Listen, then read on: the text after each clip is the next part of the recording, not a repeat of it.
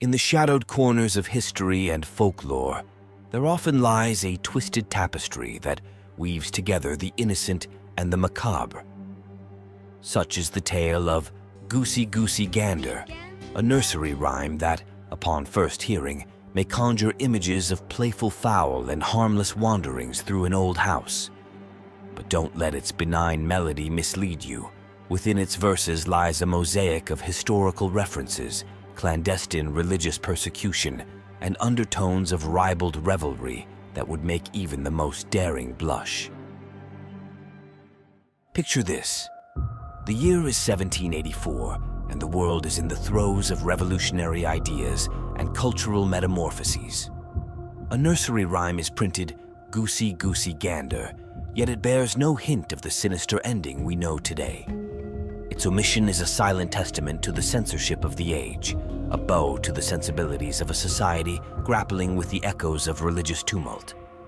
To truly appreciate the rhyme's inception, we must venture back into the depths of the 16th or 17th centuries, a time when the world was a quagmire of religious conflicts and political shifts. The 17th century, a period marked by the English Reformation, a time when to be Catholic was to invite persecution, to practice in secret, and to whisper one's prayers.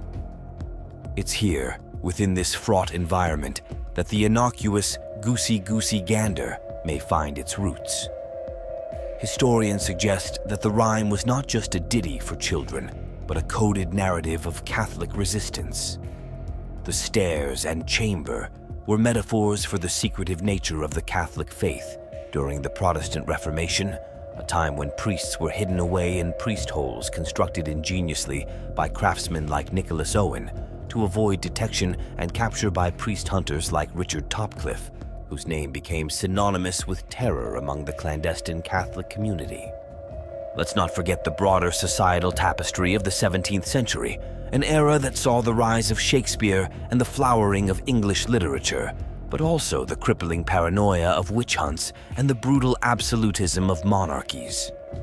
This rhyme might have served as a form of social commentary, sneaking in criticism of the times or lampooning the upper classes, in the same vein as the veiled satire found in the works of Jonathan Swift or the political cartoons of William Hogarth decades later.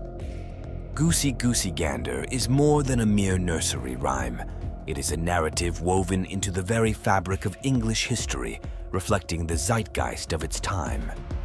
The omission of its gruesome ending in the first printed version speaks to a society that was, perhaps, not ready to confront its violent past, or one that sought to protect the innocence of childhood from the darker realities of its history.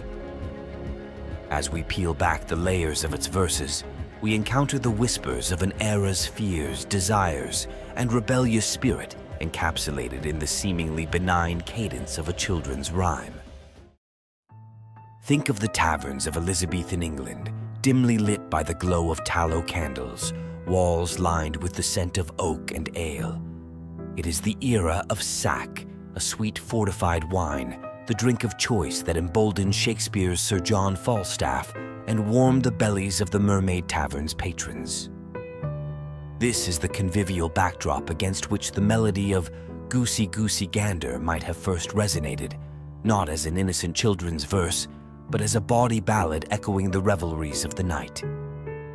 The race of ginger, known today as a mere culinary spice, once carried with it the sultry whispers of aphrodisiac properties, believed to stoke the fires of desire among England's pleasure seekers. The ambiguous lyrics of the rhyme, with their allusions to wandering upstairs and downstairs, take on a titillating new significance when viewed through the lens of this lascivious age. Such lines were likely to elicit knowing looks and smirks among the adults in the room, while ostensibly entertaining the children with their lilting rhythm. In these charged spaces, In My Lady's Chamber could easily have been a coy reference to illicit trysts, a nod to the private affairs of courtiers and ladies, whose sexual escapades were often the subject of whispered rumors and risque tales. The very structure of the houses of the time, with their many hidden nooks and secretive chambers, provided the perfect stage for such carnal adventures.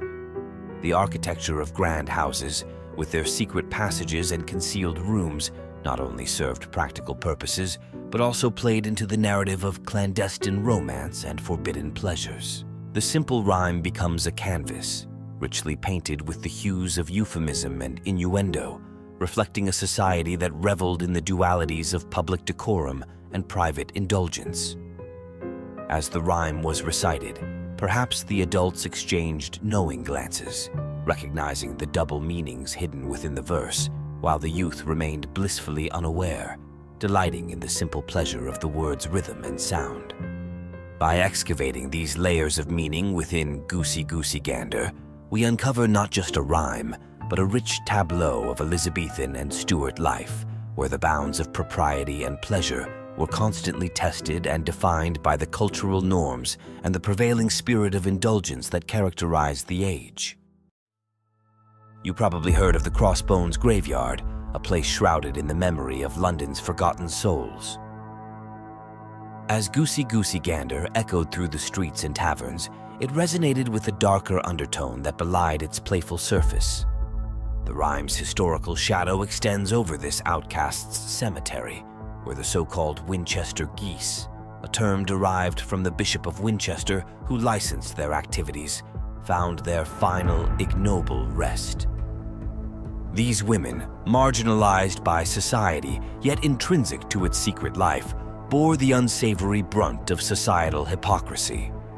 Bitten by a goose became a grim euphemism, whispered on cobbled lanes, warning of the lethal consequences of their trade. The liberty of the Clink, the notorious red light district under the bishop's jurisdiction, was both their haven and their hell, offering a deceptive promise of freedom that ultimately led to an unmarked grave at Crossbones. Imagine the squalid streets, the sharp contrast between the licentiousness of the area and the stark, foreboding atmosphere of the graveyard, where many a Winchester goose met a forlorn end.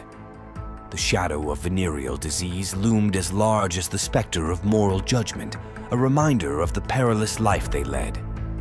This tragic reality adds a layer of poignancy to Goosey Gander, transforming it from mere verse to a socio-historical commentary. The plight of these women is a visceral illustration of the age's paradoxes, where religious institutions that condemned immorality simultaneously profited from it, and where the very fabric of society was interwoven with threads of both piety and debauchery. The Crossbones Graveyard remains a stark symbol of the many lives lost, marginalized by the history that was so often dictated by those in power. In recognizing this aspect of the rhyme's lineage, we acknowledge the lives of those who walked the margins and the harsh realities that accompanied the seemingly carefree existence of the era's underbelly. Goosey Gander, with its frivolous facade, thus becomes a vessel for the silenced voices of history, carrying their stories through the centuries, urging us not to forget the true cost of society's pleasures and prejudices. Picture this, a 16th or 17th century England rife with religious conflict, where the very act of worship could align you with the crown or mark you for persecution. In this tumultuous era, Goosey Gander whispers the forgotten tales of those caught in the throes of religious strife. The seemingly innocuous rhyme becomes a clandestine hymn for those practicing their faith in secret beneath the ever-watchful eye of authority. Priests, disguised in layman's attire, scurried through hidden corridors and priest holes, often constructed by master builders like Nicholas Owen, a Jesuit lay brother known for his skill in creating such secret chambers. The innocuous phrase, "Whither shall I wander?" takes on an air of desperation and fear as these clandestine figures navigate the perilous landscape of a country divided by faith. The very act of harboring a priest was enough to doom an entire household, and yet many continue to do so, risking life and liberty for their beliefs. These secret chambers, not unlike the ladies' chamber alluded to in the rhyme, became the last refuge for Catholic clergy as priest hunters, like the infamous Richard Topcliffe, scoured the land with a zealot's fervor. The rhyme, in this historical context, transforms into a narrative of survival and quiet rebellion against the sweeping tide of religious reform that threatened to erase traditional Catholicism from England. The dualities within Goosey Gander, of innocence and subversion, of childhood playfulness and adult resistance, reflect the society's complexity. The verses that once rang out in the hidden corners of homes where secret masses were held now carry the echoes of those perilous times. The rhyme serves as a reminder that the simple words we teach our children may have once been coded messages of resistance, each verse a thread in the rich tapestry of our shared human history. The nursery rhyme becomes a historical artifact, a time capsule of sorts, holding within it the lives and secrets of a bygone era. It speaks of the resilience of culture and faith against the onslaught of oppression and the lengths to which humanity will go to preserve its sacred traditions. Goosey Gander, with its playful cadence and dark undertones, invites us to remember and honor the hidden narratives that have shaped our past. What we can learn from delving into the dark history of nursery rhymes like Goosey Gander is that the lines we draw between innocence and vice, between history and fable, are often as blurred as the stumbling gait of a reveler or the secret whisperings of a hunted clergyman. In each verse, there is a hidden depth waiting to be explored, a depth that reflects not just the era that bore it, but the ever-evolving human condition. So, as we peel back the layers of Goosey Gander, we uncover more than just a rhyme. We reveal a mirror to the past, a darkly beautiful ode to the complexities of human society. And perhaps, in this revelation, we find a new appreciation for the power of words and stories to traverse time, carrying with them the weight and wisdom of ages. Now, I extend an invitation to you. Share this journey into the past with others, comment with your thoughts and reflections, and subscribe for more explorations into the shadowed corners of history. What other tales of innocence lost and history's veiled narratives would you have us uncover next?